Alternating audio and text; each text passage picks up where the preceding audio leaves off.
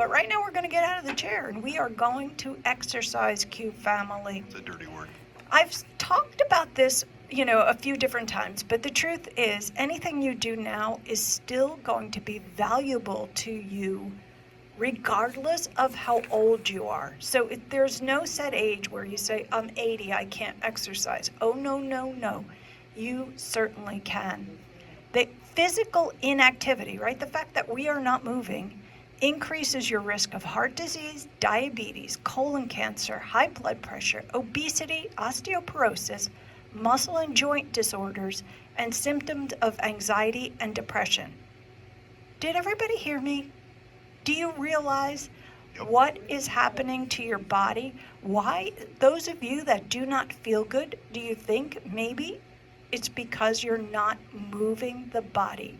Inactivity causes these things, not moving around. So you may have an issue. Now you're not moving, so now you're not making the moving any better. Now I'm into the research now. So here's part of a research study. Aging is frequently associated with progressive declines in the ability to resist stress, damage, disease, and physical function.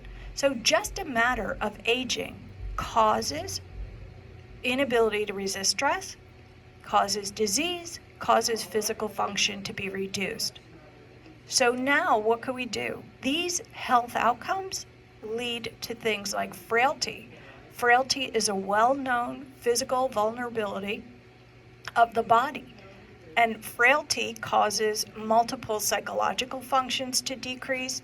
It causes an increase in bad health outcomes. It causes an increase in falls. Falls are probably the number one issue that plagues older adults because we haven't generated enough muscle in these bodies to take us 80, 90, 100 years. So it's never too late. Frailty increases hospital stays and disability and disease. Now, when studied, here's the good news. So they studied older adults, and they gave them some aerobic training, some strength training, and some balance training. And I saw you guys out there just roll your eyes, saying, oh, I can't do that. Oh, I can't do that. Well, listen now on the things that they gave them to do. And this training that they gave them to do reversed their frailty. Do you understand? It reversed it. So these are not hard exercises, and always see a professional and ask for help. But they did some chair aerobics. That was their aerobics. The aerobics they did was sitting in a chair. They did some seated marching. They did some leg marching, arm swings, tap and clap. I think we could all tap and clap here on the Q family. We could sit and tap and clap. There we go. James, awesome. You are headed to aging well. There we go. James is on, and he claps to a beat, which is very good.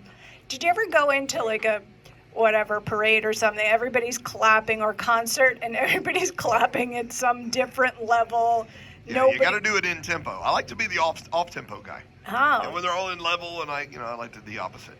Yeah. Were you ever a drummer? Only in the vehicle driving down the road. Closet drummer. I don't like that term, but okay. No. So yeah, I mean, that was very good. So there was James. I'm sure some of you out there, you need to be, swinging the arms, tapping and clapping while you're listening to the cue. Side bends, these again, seated aerobics.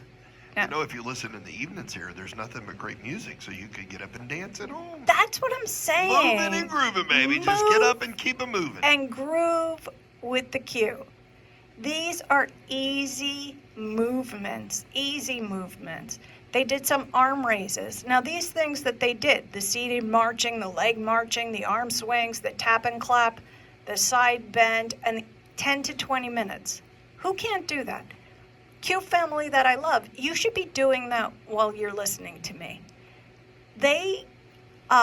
Each of these segments are like 15 minutes. If each segment you chose to throw a few of those things in, every Thursday, you'd at least get some physical activity.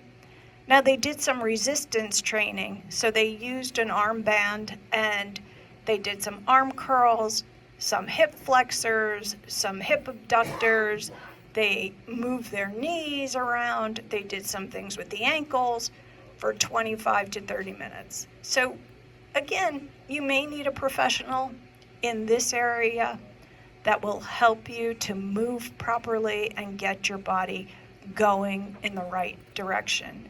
And then lastly, in this particular science study, they did some balance training. Each older adult needs to work on balance training. Sit and stand, they did knee bends, backward walking. Backward walking has its own science to it. It does amazing things for your brain. And one day maybe I'll do a little segment on backward walking, but it does do a lot of things for your brain. They walked and turned. So for balance training, they walked to a specific spot, turned around. Some of you should be holding onto the counter, but you can do similar things.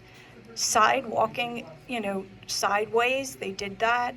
Heel toe standing, moving from your heel to your toe, from your heel to your toe. And all of these things work their balance. And they did that for 10 minutes. They did all of these exercises 3 times a week. I don't see how that 3 times a week in retirement is an issue. Even if you're working, we all could find 3 times a week for like 10, 20, like 40 minutes of things. Even if, like I said, you could be doing all of this while you're hanging out with us on the queue, or when James has that amazing music that he's playing on the queue.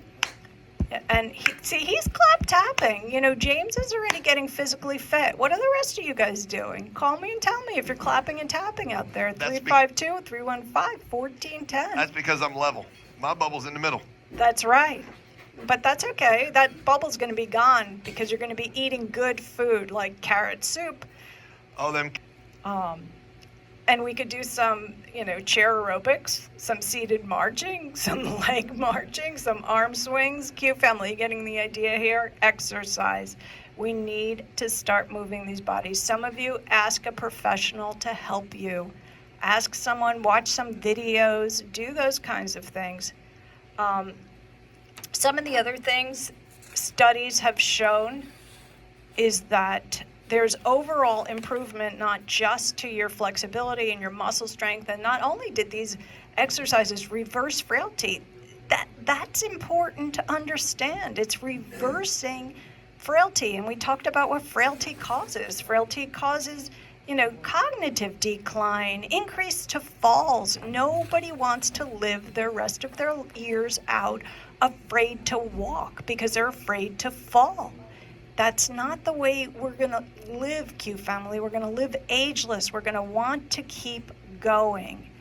So you want to improve, the overall function. Exercise reduces your blood pressure, reduces your cardiovascular disease, reduces your weight. You have less weight, you're going to have less ankle pain. You're going to have less knee pain. You're going to have less joint pain. So physical performance and muscle test, strength training, endurance, turn that frailty around. Exercise and rheumatoid arthritis was studied, and they noticed that fatigue is associated with pain and depression and sleep disturbances. So if you have fatigue, you probably have more pain and more restless sleep, disability and feeling of anxiety and helplessness.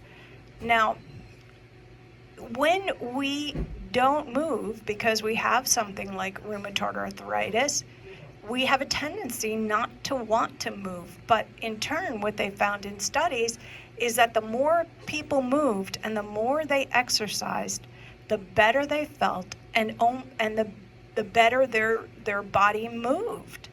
And I could say that, and I say this boldly, but a lot of our problem as we age is the people that surround us telling us we can't do things. They tell us we can't get up. Grandma, why don't you just sit there? I'll get the whatever. No, let Grandma get up and get what she needs. If Grandma wants to make the turkey, let her make the turkey. If Grandma wants to, walk with you around the block, walk with her around the block. I think many times we have enablers around us that think they're doing kind, wonderful things out of love for us. And in turn, we get lazy. We're like, yeah, I'll let whatever, my husband go get the mail because I don't want to walk today. But start doing just little things like getting the mail and standing when you're opening it. Not everything has to be at the table sitting down. We talked a few weeks back, or go look on the videos that I've uploaded about sitting. They associate sitting as the new form of smoking. Think about that. We've all know that smoking is not good for us. It causes disease and all kinds of things. But now sitting is equally as bad because we do too much of it. It used to be that people worked out in the field and then all of a sudden they would come in, sit and have dinner, but then they would keep moving. So we have to keep moving, Q family. I want us to live agelessly. I want us to get ready for heaven. That's right. There we go, Q family. You get up and you start arm swinging and hand tapping and clapping. Do some seated marches. Go for it, Q family, and we will be back. Move it. Be right back.